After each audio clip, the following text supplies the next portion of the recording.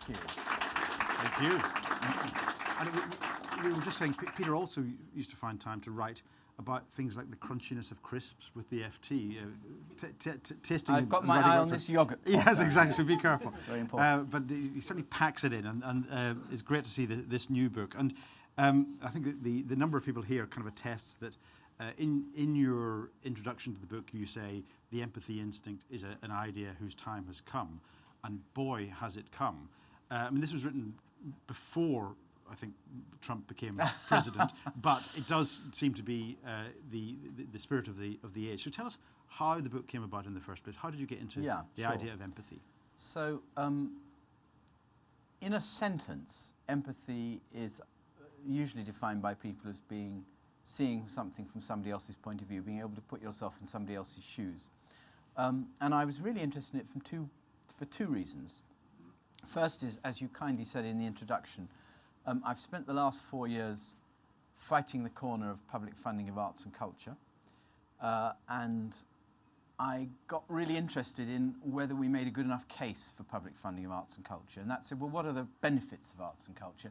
And along with education, social benefits, economic benefits, there are what we call intrinsic benefits. You know, things like identity and entertainment and those sort of qualities. And one of the phrases we came up with is empathetic citizens. Because if you think about arts and popular culture, think about movies, books, and I go into some detail about this in the book, they are actually about telling human stories that enable you to put yourself in somebody else's shoes, see things from other people's points of view. So that was point of origin number one, really, sort of trying to define what the benefits of arts and culture are. And I mean that broadly. I'm not talking just theatre and visual arts. I'm talking about broadcasting, TV, film, radio and so on. The second thing was I was asked by the government to chair something called the Holocaust Memorial Foundation. I don't know if you know, we do actually have a Holocaust memorial in this country. You knew that? Yeah, it's in East Midlands, isn't it? Ah, no. There is one there. You're very knowledgeable. There's something called the Holocaust Centre near Newark in Nottinghamshire, which is actually set up by something called the Smith family. But no, we have a small rock in Hyde Park that not even most Jewish people know is there. And the Prime Minister, David Cameron, met a whole lot of survivors of the camps who are in their late 80s, early 90s, who go around the schools and talk about the Holocaust. And he realised they won't be with us in 10 years' time. And he asked the question, how are we going to commemorate the Holocaust? So I got to be asked to chair this, and we've got a design competition, and we're building a new Holocaust memorial in Victoria Tower Gardens, so on and so forth. But I got to meet the survivors myself. And you get to think about what is a society like that appears to be apparently without empathy. Now, there's some nuances to that, but I'll just say apparently without empathy. And I got really interested talking to them because in the first chapter of the book, I write about the Holocaust in Germany, the genocide in Armenia, and the genocide in Rwanda. And they have some common themes to them. But one of them is that society seems to switch off its empathy and become aggressive to people who are different from you. So those are the two origins. Yes. So, and you've got a quote here from Obama on the back of the book, which says, "I think we're going to have to talk more about the empathy deficit, the ability to put ourselves in somebody else's shoes." So you're suggesting that Obama's suggesting too, but there's a suggestion that we're in a similar era now as the era that caused the Holocaust, and a lot of people are making comparisons between the 30s and now. Do you see a parallel? I think that's putting it a bit strongly. We do have really healthy democratic institutions, but one of the things we've seen in the last 12 to 18 months, and I'd really be interested to hear what your view is, whatever your point of view, is we've seen the language of politics become, well, you've been producing political programs on telly yourself, Peter, for quite a few years before you worked for Google, so you'll have a view too, but the language of politics seems to have become coarser and angrier. Personally, I think it's to do with post-credit crunch and to do with the fact that people feel poorer and feel neglected. Certainly, we had this experience, did we not, last year, whether you voted to remain in the EU, or whether you voted to leave the EU, and I'd have a pretty strong guess of what the percentage in this room would be, but let's not go there. We did feel a rather divided country. But no, I don't think we're approaching that, but I think we have to watch it. And another thing I'm really interested in is what people in this room think about the digital era. I wrote a chapter in the book called The Digital Dystopia. It's a given what the benefits of the digital era are, and you in this room embody them. But I think you're also aware of what the downsides are, of how you've had to deal recently with Holocaust denial and how that is searched for, and what your responsibilities as an organisation are in that context, by the way, which has been really interesting. We were talking about it just beforehand. And so I am quite concerned at the way in which textual communication is non-empathetic. We spend a lot of our time, when we talk to other people, you have about 8 or 10 different regions of your brain that help you be empathetic to other people. So we know this because the MRI scanner has been the big breakthrough in the last 25 years. The MRI scanner is allowing us to map the human brain, and it's not just for broken legs from skiing holidays. And we now know what the different parts of the brain are, the different things. And so when you're having a conversation with somebody, you can read their face. You can see what the results of your words are. You can see if they're happy or sad. That is an empathetic communication. Unless, of course, you happen to be psychopathic, which none of you look particularly psychopathic, or you happen to be, for instance, on the autistic spectrum. And there, in those circumstances, some of your empathy circuit won't work, and you'll find it more difficult to connect with some of those things. But textual communication online is profoundly unempathetic. And you don't see the result of your words. And cyberbullying and revenge porn and all the other things we know about. Plus the fact, I'm rather intrigued at the way that people who have what we as a consensus would say as a warped view, let's take Holocaust denial as an example, are now able to connect with each other in a way they never could beforehand and reinforce each other's prejudices. And we get to a position where we tend to only talk to other people who agree with us. And part of empathy, putting yourself in other people's shoes, seeing other people's point of views, listening to different points of view. So can we define empathy? I mean, we have a lot of engineers here, a lot of scientists here. So you say you can measure empathy. So first of all, can you define what empathy is, and how do you measure empathy? So you define empathy as the ability to see something from somebody else's point of view, to put yourself in somebody else's shoes. There are two essential elements to empathy. One is cognitive empathy, and the other is emotional empathy. Cognitive empathy is that thing that allows you to understand what makes somebody else tick. It doesn't necessarily make you sympathetic to them, it makes you understand. I always like to give the example of Iago in Othello, who understands Othello perfectly and can play him like a fiddle, but has no sympathy for him. In fact, he uses it sociopathically, you might say psychopathically. So cognitive empathy is that bit. The emotional empathy is your ability to essentially experience the emotions the other person is having. And that is a position of sympathy. So those are those two elements of empathy when you define it further. There's another point about empathy, which is why I said there was a nuance to my saying, it is the answer to things like racism. There are primatologists who believe that empathy is both the answer to racism, but the cause of racism. So this goes as follows. There are really good primatologists, and the best one is a guy called Frans de Waal, who wrote a book called The Age of Empathy, and he's worked with primates all his life.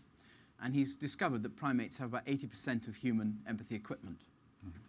And what he says is that empathy is something that can make you loyal to your family, your group, your own tribe, team of football supporters, a group of football supporters, and make you hostile to people outside your group. And that's quite a sort of primeval influence in the way we've grown up. So he believes that that empathy is both the possibly the root of racism, or one of them, but also that it's the answer. And that's why I love arts and culture's role in this, because that sort of empathy that enables you to see the point of view of somebody outside your group. I always like, can I give an example? Yes, please do. I like to give the example of a play called Red Velvet. Did anybody ever see the play Red Velvet, which was on at the Tricycle Theatre in North London about 3 or 4 years ago, won a lot of awards? Adrian Lester starred in it. Amazing story. If I can have 2 minutes on this. There was a black actor, American actor, called Ira Aldridge, who came to the UK in the 1820s, unbelievably. And he was a very good actor. And he was a jobbing actor going around playing in different places in different capitals around Europe. And he happened to be in London when Edmund Kean, who was the big Shakespearean actor of the time, was playing Othello at Covent Garden. And Edmund Kean was ill. And so they put Ira Aldridge in to play Othello in about 1825, something like that. There were massive complaints from the cast and from the public at a black man being put in the part of a black man. And the play ends with him putting on white makeup, because the only parts he can get are playing a white man. And it's an incredibly powerful play. And if you are a white person in a predominantly white society, it just begins to help you put yourself in the shoes of how other people might feel who have a different skin colour. And so that's what I mean about the power. Now, you could all give me examples of books you've read or films you've seen that have a similar effect. Sometimes you wouldn't even analyse it's happening, but it's the extraordinary power of arts and culture to help you. It's pro-empathetic, and it's the opposite of that thing about empathy Yes. being the root of it. Yes. Let's talk a little bit more about technology, because you mentioned that it can be a sort of unempathetic place. You know, emails can look very stark and you don't pick up the signals and so on. But you actually talk a little bit in the book about the effect that some aspects of the internet and technology have on people's brains. You talk about kids in South Korea who are gaming. Oh, they're talking about digital dementia. Digital dementia, sure or the effect that pornography has on empathy, for example. Yeah, well, the striatum is the part of the brain which is pleasure-seeking. I'm sure some of you know that. And people who have a prolonged pornography habit have a very shrunken striatum, because it takes more and more extreme pornography to please that part of your brain which gives you pleasure. Yes, so we're, what are we, 15 years, shall we say, into a digital millennium? I suppose so. Yeah. And you guys are absolutely at the forefront of it. And on balance, it is a beneficial thing. So I would never say it's not beneficial, but nothing is purely beneficial. You make that very clear in the book. Nothing's purely beneficial. I don't think we've begun to understand what this always-on world of ours is doing to our human relations. There's some wonderful research in America. The power of empathy is face-to-face communication. And within a family, the relationship between parents and children is all about face-to-face communication. We all know that. You have families, or you're either in families, you've got children, or whatever. And you also know that in a more independent world where children have their own devices to entertain them, they can make their own eating decisions because of snack food and so on. Actually, if you make time, the time you get together as a family is around a meal table, if you still do that. And it's so interesting that people like Steve Jobs made a point of doing that and banning, iPads from his own children for hours of the day, so he could get his family together. And there's research in America now that says, that even when they've looked at families together in McDonald's and other places, and the parents are with their children, but the parents are on their mobile phones, and they're not connecting with their children. And this is not me wailing, and somebody accused me in a review of the book the other day of being Mary Whitehouse. Now, some of you are too young to know who Mary Whitehouse was, but some of you may not be, but she was a sort of campaigner against, she was a sort of extremely methodistical campaigner against pornography in the 1980s. I'm not a Mary Whitehouse. I genuinely think, though, that we have not begun to analyse what the digital world is doing to our human relations, and we need to be very aware of it, and that was one of my motives in writing the book. Mm-hmm. So if we have an empathy deficit, what are your prescriptions for doing something about it? So I've divided the book into different chapters about different subjects. One is indeed about early years. I call it the nurture and nature of empathy. The first 2.5 years when the brain is forming are the critical years in children's lives. You only need to look at the Romanian orphans locked away in those without any human contact. They didn't have any ability even to communicate, let alone anything else. And that's a critical. So I think that, for instance, baby manuals don't give it enough. I mean, it is mentioned these days. Mm-hmm. I went back to the baby manuals on the shelf when my kids were young in the late 80s, early 90s, and I could find enema, but I couldn't find empathy in the index. So I think we've come along, but I don't think it's properly thought about in how we connect with small children and how they grow up in that critical period. Then and we've covered it already, the digital dystopia. We need to think really hard about how we maintain human relations in the digital era, because the parts of the digital era militate against it. But I've also written about empathy and health. So the evidence is that people in the healthcare system and in social care are better, feel better, and get better more quickly if they feel they're being treated with empathy. But in a health system which has finite resources and infinite demand, and you've seen all the statistics in the last few days about how many more people they're trying to treat in A&E, and you know about the mid-staff scandal of 4 or 5 years ago.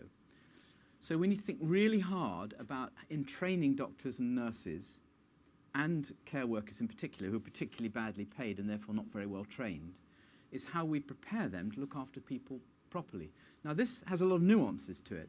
If a doctor is so empathetic, talking of cognitive and emotional empathy, if a doctor is so empathetic, he or she just bursts into tears every time they're faced with a person who's got cancer, what use is that? They're useless. So this is a very nuanced and careful thing. Anyway, I won't go on about the health thing, but we could discuss it further. Then there's another chapter I've written about the criminal justice system. So we have a retributive system based on Victorian ideals where we think people deserve to be punished. And our recidivism rate is hovering around 50%, that is reoffending. In Norway, it's 20%. And we under-resource our prisons, and we don't connect with people on a one-to-one basis to help them get better, to rehabilitate. Many of them are damaged individuals. 1 in 4 of the people in prisons were in care, and that goes back to what I was saying earlier. Mm-hmm. Imagine what it's like for children in care. There's lots of documentation about this, by the way, about children who didn't get the one-to-one attention that we like to give our children, or that we enjoyed from our parents. By the way, Simon Baron-Cohen, the professor of psychology at Cambridge, who's done brilliant work on empathy and the different parts of the brain, because he's our leading expert on autism and the autistic spectrum and Asperger's. He calls it the internal pot of gold that your parents give you. Mm-hmm. And I tell the story in the book about James Fallon, who is a neuroscientist in America, who was doing some research on psychopaths. And he, as a control, he did brain scans of some psychopaths and then brain scans of his family members, because he just wanted a control to compare them. And he found that his brain was the most psychopathic, showed the most psychopathic trends. And he then worked out that he had several traits of psychopathy. And then he said, well, why am I not a fully blown psychopath? Because he had his mother's influence when he was young. And that's what Simon Baron-Cohen calls the internal pot of gold. So there's the thing about health, there's the thing about criminal justice, and then there's the pro-empathetic. If you continue to promote arts and popular culture, and that includes public service broadcasting, BBC. But talk in more depth about that. So we're talking about our internal pot of gold, and you're really saying that the arts fill up your internal pot of gold and keep it healthy. Yes. So how does that work? Well, I mean, does anybody here? I mean, you may find radio rather old-fashioned, but does anybody here listen to the Archers? on Radio 4? Yeah, come on. Yes, one bloke. Surely some of you do. Even if it's a podcast, you must listen to it. Anyway, the point is The Archers. I'm just going to take one example. The Archers is a publicly funded radio soap opera that you're a huge fan of, sir. You will be able to tell us that it had a major storyline last year, listened to by millions of people, about violence within a marriage, with a very well worked out storyline going on over a long period of time. And that made many people understand what that phenomenon is, how to report it, how to deal with it, and what it's like for people involved in it. But I could tell you about EastEnders and Coronation Street. Actually, Big Brother, and you mentioned this in the book because Peter was the man behind Big Brother who brought it to Britain. So most people blame me for that. Over many years, and it's certainly not been uncontroversial, and the Daily Mail and others have attacked you in strong language. But actually, you make an argument that, particularly in the early days, that Big Brother actually had an empathetic benefit to the nation. Well, look, I don't want to overstate this. You'll get me into trouble. It's an entertainment show made for money with commercials around it, invented by a Dutchman who became very wealthy on the back of it. And so let me not sort of make out that it was some sort of religious crusade. It was not. It had an interesting side effect, let me put it that way. You put 12 people in a house. I mean, it's part of mainstream television now, and lots of different programs do it in different ways. In the UK, it turned out that people who voted, and it is a popularity contest, people who voted were looking for authentic, decent people that they approved of, who they thought behaved in a decent manner. We have some sort of... In America, it's quite different. The winners of Big Brother in America were always the people who played the competition hardest and cheated and backstabbed. They would get voted first. So just shows you how different countries have different cultures. Interesting. But in the UK, we had a winner, a gay man in an early series, which I think was quite significant, and a gay woman in the first series was the runner-up. We had a winner who had Tourette's syndrome, who was apparently foul-mouthed, who turned out to be somebody who was a completely charming bloke, but had this compulsion and this mental tic, as it were. And the public discovered behind that foul mouth was a very, very nice person. And we had a transsexual. And these were all people who were somewhat stereotyped and demonized by the tabloid newspapers when they first appeared. And all I would say about that, and I don't want to make, as I say, too many claims for it, it's just an aside, is that it did show that when you tell a human story in the arena of popular culture, you quite often get a perspective about somebody you previously would have dismissed in a stereotypical way. Right, good, thank you. Let's go to the audience for some questions. Got a microphone here if anyone would like to ask. Gosh, no questions. Yes. Oh, we got one over here. Excellent. Mike's coming. Hello. Thank you. So I am particularly concerned about this issue, this topic, and out of it, the switch, the empathy switch. And that you mean switching it on and off? Yes. Yeah, of course. Of course. And I'm thinking, and I've been thinking about this, and how individuals are actually choosing to switch their empathy off as it suits them on various examples. And it happens for most of us on a daily basis, I think. Even when we go to the supermarket, it's as simple as that. So I'd like to address a question to the public, if you don't mind. Yeah. How many of you think they love animals? Can you raise your hand? Okay. How many Does that include human beings, by the way? And how many of you are meat eaters? Oh, that's a toughie. Go on, keep going. I don't want to hijack this no, topic, it's fine, obviously. it's fine. But I'm thinking that it's a paradox, don't you think, to say and think that you love animals, but at the same time to eat their bodies and accept that they are being killed. Are you a vegetarian? I am vegan. You're a vegan? Yes. Good. Excellent. Well, I'm supposed to stand to my beliefs. No, And- I'm respecting your beliefs, and I'm very pleased you've made them. I don't want to interrupt you, by the way. Have you? Right. So I consider this as being an exercise, a daily exercise in everyone, of switching their empathy off. Because if we would turn our empathy back on, then we wouldn't choose that chicken or that piece of lamb or beef in the supermarket. And that's a conscious choice. And I think that most of us do not think about it, or even worse, we choose not to think about it. Okay. And going forwards, having this exercise, daily exercise of switching our empathy off, doesn't that make us more, and I'm just giving one example, there are others, doesn't that make us more prone to listening to what society dictates to us and being part to other trends where the empathy is switched on and off, and especially off, because we already have the exercise, we're already capable. Okay. And this is kind of what I think makes some people more prone to it. Good. That's Yeah. a very, I really think good. It's a really interesting What and would good you challenge. think? Well, let me put an alternative point of view to you. Yes, please. And thank you very much for the question. Our ability to switch our empathy off is what keeps us sane. There's something called emotional burnout.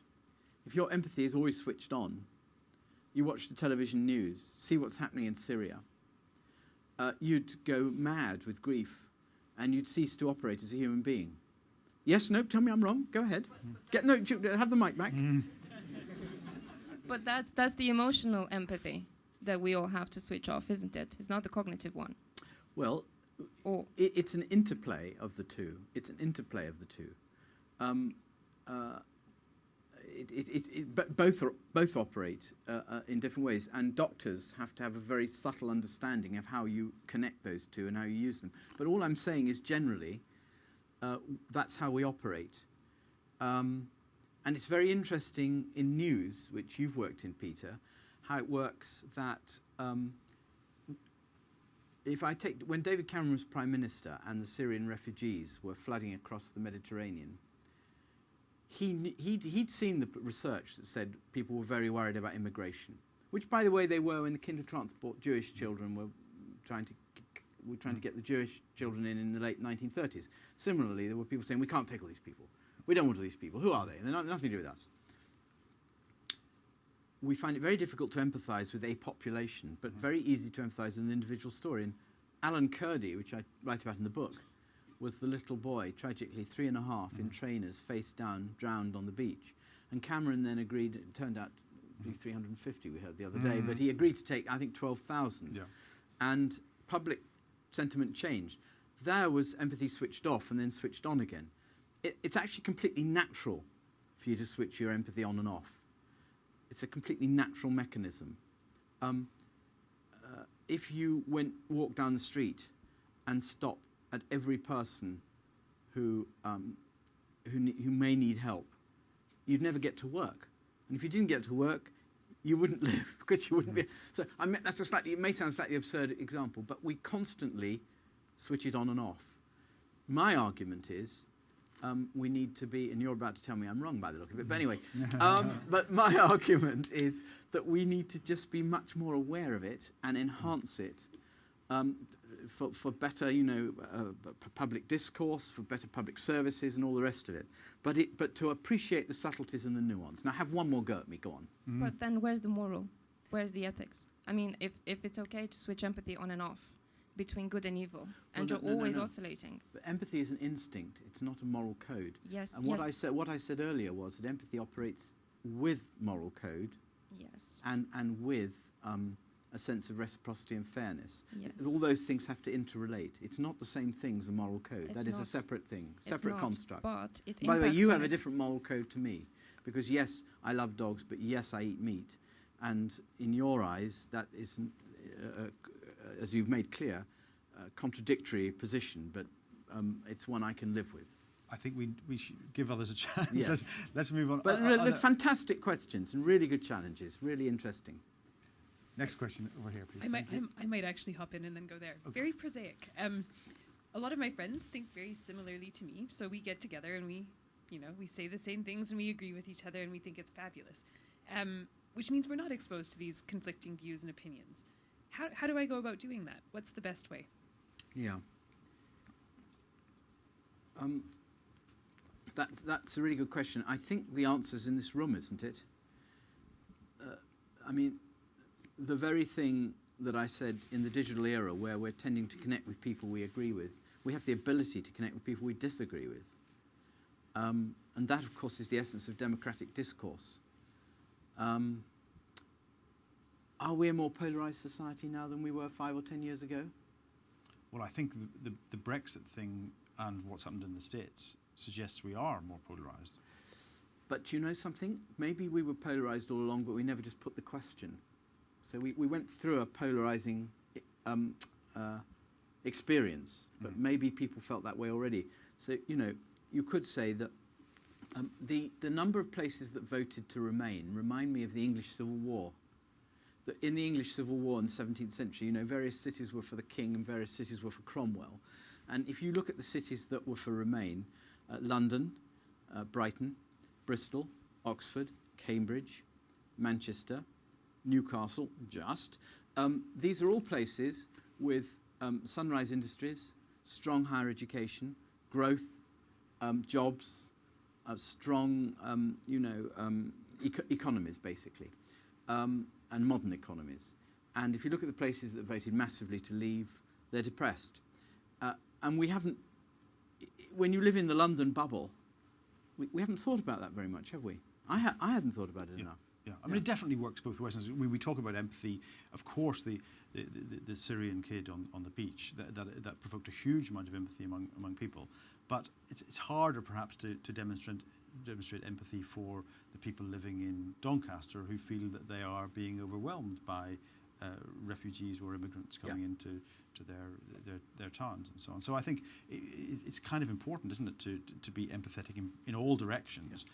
And I think that going back to news, I think the point about a good way of doing journalism is to take views from all different sides and expose those rather than drive one view all the time. And I think politicians have to listen in the end to be successful. Mm-hmm. Question whether the current President of the United States is a listener. Yeah. I think probably not. Next question. Hello. Hey. How do you think we should apply empathy, both cognitive and sympathetic, to people who are very far away from our own political opinions and standpoints? I feel that it's very easy to, especially when you take someone who's kind of on the polar opposite of yourself, it's very easy to think, oh, they're being deluded or they're just pure evil or something like that. But how should we actually approach these people? Should we see their opinions as being divorced from themselves, as their fundamental nature, or is it because at the same time you could also use this argument to kind of take people who most of us would think are quite evil, bad people, and just say, oh, that's simply a political opinion they had. Yeah. So how does that? That's a really good question. I was talking earlier about the interplay of empathy and ethics. So there are things that unite us, even people we have very strong political disagreements about. The rule of law, property, the ethics of free speech, democratic society. There are various things we subscribe to. And so there is a distinction between people who come within our generally agreed ethics and people who are way beyond it. There is a dilemma nowadays, and I talk about it in the book on in the chapter on criminal justice. There's a dilemma today because the old statement of, say, the police or religious leaders, such and such was pure evil, is not good enough. Personally, I'm not actually religious and I don't believe in something called the devil, but I think the devil was a way of articulating people who lacked empathy, who were psychopathic, who were not able to have any emotional empathy for other people. And the question is, well, if they have a brain malfunction, how can you in any way hold them responsible? And the answer is, one, you need to protect society from them, so you need to lock people up who are a danger to the rest of society. But two, for society's own good, you need to have a principle of being responsible for your actions, even if you are suffering from a malfunction. So all of those things say that if people are within what is legal, what is agreed as being the ethics of a democratic society that we subscribe to, then they may disagree with us, but we should listen to them, and they're a legitimate part of the democratic discourse.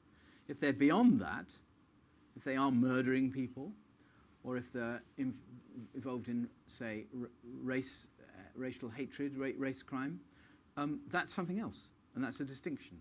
Yes, but there are people who would argue that you should even be empathetic towards terrorists. I mean, there was a fascinating interview with Ian Paisley Jr. on the radio the other day, talking about Martin McGuinness, and it was a masterclass in empathy towards someone who used to be the commander-in-chief of the IRA.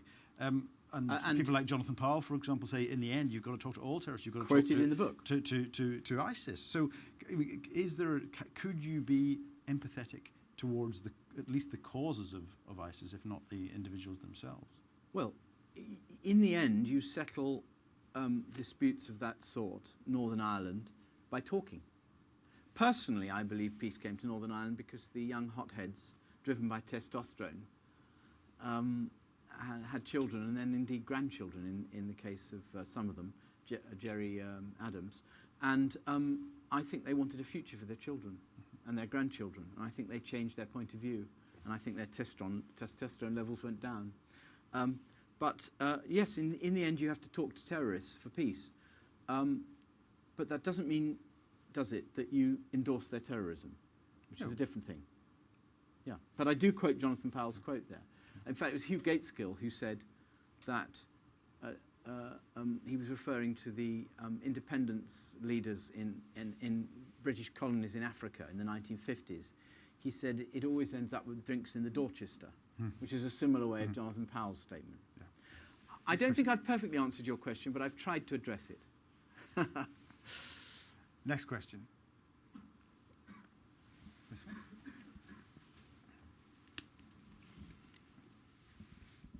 So it seems to me that we tend to shut down our empathy in response to fear. To what extent does the evidence bear this out as being generally true? And if it does, what can we do about it to stop? It seems to be very easy to stir up fear and get people to react, to sort of ignore their sort of their empathy instinct. Yeah, just unpack fear or examples, what you're talking about.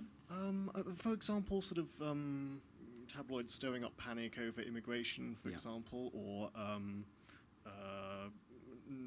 Nigel Farage talking about health tourists coming here to get HIV treatment, or that sort of thing. It seems often some politicians will deliberately play on our fears in order to get us to shut down our empathy. How do we combat that? How do we get people to be empathic in the face of fear? Yeah. It's such a good question. Do you personally, sorry, could you take the mic back? Sorry. Do you personally feel, because of the examples you give are to do with media representation or media quoting people in a particular way, do you feel that our public discourse has got more extreme in the last 5 years?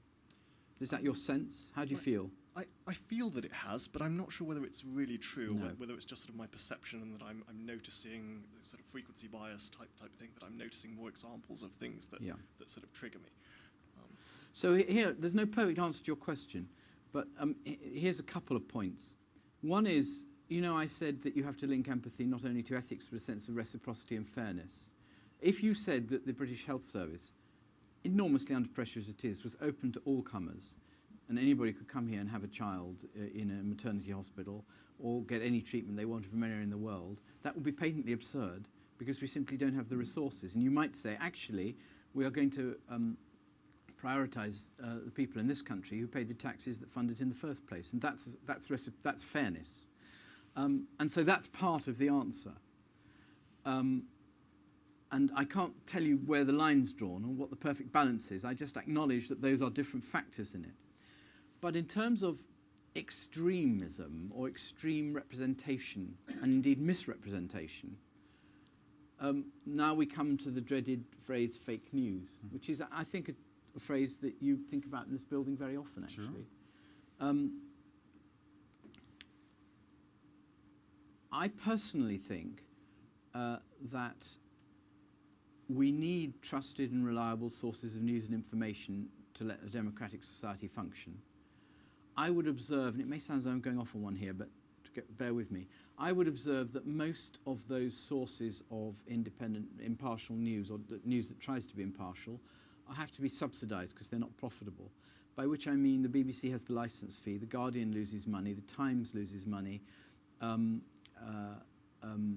Huffington Post has been bought, by somebody and is maintained, but it is. I don't think it's on its own is profitable. It's just part of a bigger online presence. Sky News loses money. And is it the case that stronger flavours are more commercially viable? So you see yes. Fox News and so on, where Fox News with its latest news on Sweden that the President of the United States was able to rely on. So what am I saying? I think I'm not. This is not just a sort of motherhood and apple pie answer, because I'll tell you what I'm going to say. I'm going to say that those sources of news and information are more important today, where we are today in the digital era, than they were 20 or 30 years ago when they were pretty well the only news outlets. And I think so far they've been very poor at promoting themselves in the digital universe. And you may say that search has a part to play in this too. And that is a massive challenge to your organisation. How do you have a legitimate source of search that has veracity? But we would say that the diversity of views that are now available compared with 20 or 30 years ago, when you might have had one or two or three sources of news, are infinitely wider. But there, of course, the danger of the filter bubble is real in some circumstances. Exactly. So we've got some challenges there. So those would be the 2 points I'd make anyway. One, don't forget that there has to be a sense of fairness. And two, we need to think very carefully about how we do report. And nobody's saying you can't report a speech of Nigel Farage's that some people may find extreme. We're simply saying, can you go to a pretty prominent source that analyses the claims and says, are they true or not, without fear or favour? That's terribly important. I think we have time for 2 more questions. There's one back here. Hi. What about the feeling of guilt if we have the empathy switch turned off, but we would kind of like it to be on? How to deal with that feeling? It's something that I personally struggle with. I'm sure other people as well. So what's your opinion on that? Yeah. Can you, not necessarily about your own experience, can you give an example, just one example? Make one up if you like. You don't have to talk about what happens to you in your own personal life necessarily, but give an example of a situation in where you're conscious of you're not being very empathetic and you're a bit guilty about it. Yeah, an example: a friend ends up in hospital, and you would really want to visit him or do something for him, or her. But yeah, you just don't feel it, and you would like to feel it. Yeah. Yes.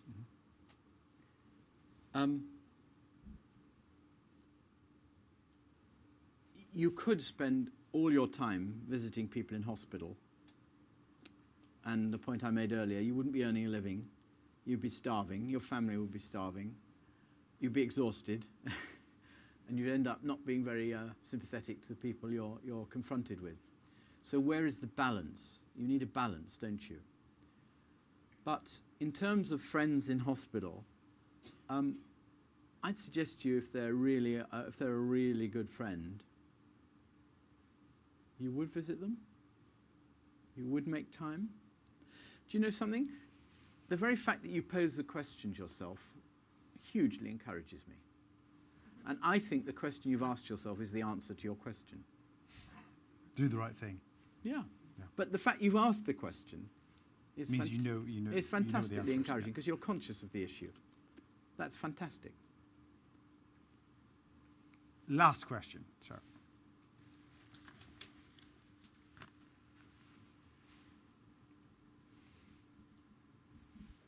So you talk about kind of the power of one-to-one empathy and how arts are really useful for this, and we've had a lot of changes with sort of the advent of VR and the ability to place yourself with someone without having to physically be with them, and sort of the scale that can generate. So what's your view on some of these sort of VR stories, like the UN Syrian story, and the power that has to sort of spread empathy?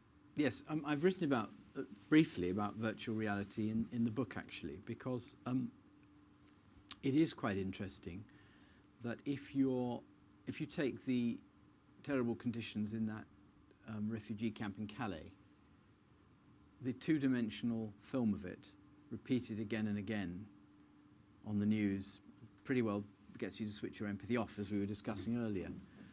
But if you can put a headset on and you can explore it and take decisions to turn left or right and see what you see and, interact with it, which is perhaps the crucial word, it is quite powerful. So there are people doing work with the UN at the moment who are very interested in how VR may be a very empathetic medium, and a more empathetic medium than we've met before.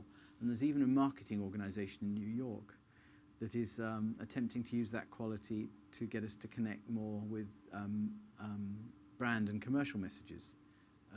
So it's a really interesting question you've asked, and people are looking at it. It's potentially very powerful. Great. Look, thank you very much indeed, Thank you. Peter. Wonderful stuff, fascinating Thank stuff. you. And I think... Can I just thank everybody for coming? I mean, it's lovely to see so many people, and lovely to have such fantastic questions and so engaged with the subject. So thank you very much indeed. I really appreciate it. Thank you. And I think you're able to hang around for a little bit to sign some Yeah, books. sure. Yeah. So if you've got a book, please form an orderly queue. Thank you very much indeed.